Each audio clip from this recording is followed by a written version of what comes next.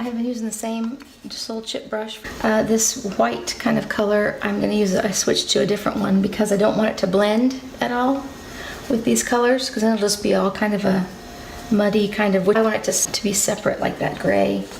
So I'm just gonna see, however, that's nice. I was just trying to lighten the whole thing a little bit.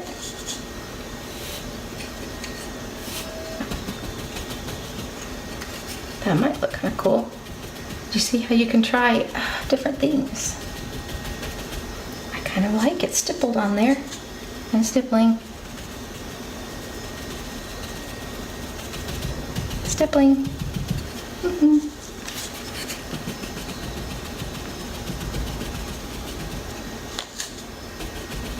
Stippling, and then I'm kind of smoothing over it, and that was too much. You can tell I get a little impatient. I'm like, I'm done. Ready to move on to the next section.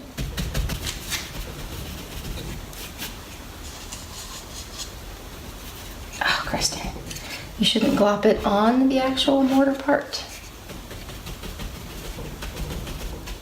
I think I might really like that. When you get to where you think you kind of like it, be sure and stand back, by the way. Okay, because I stepped back and looked at it, I decided that I still don't like, there's too many straight lines. And I'm going for crumbly. You may want, you know, pretty perfectly straight brick. I find that I'm not liking, so I'm still gonna mess with this a little bit. That's faster than sanding. So when I did it over here, I used masking tape and I tore it unevenly on purpose. It was much easier to tear than my duct tape, of course. I had to kind of cut it, tear it. But I love how this is kind of messed up.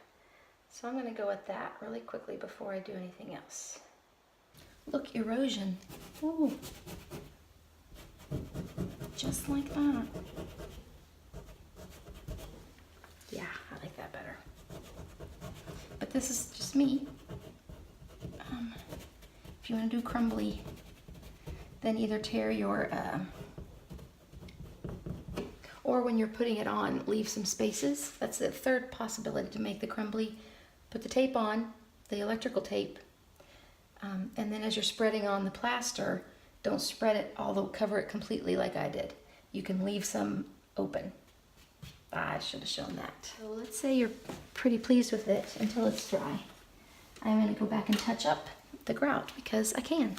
I don't buy Sherwin-Williams actual paint. I use their colors.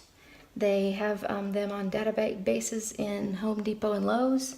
They know this. They're fine with it. It's not any kind of a you know, they sell to contractors. They don't mind. So this was Repose Gray, but I mixed some of that earlier. Some of this charcoal coast in it to make it darker. And probably, I just want to show you, you can do this. You can, so that you won't be too uptight about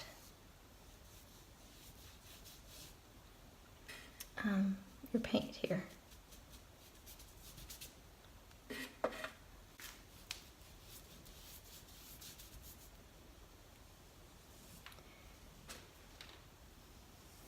This can also be used to touch up if any of your tape pulled off the paint from the wall, as it might with latex. And that is all you do. The only thing you need to worry about is not getting over detailed with it and obsessing over each one. Because it can really be a quick little thing. So there you have it. A lot of times when you step back, live with it for a day, just like with a wall color in general, see how you like it with you know, artificial light and natural light.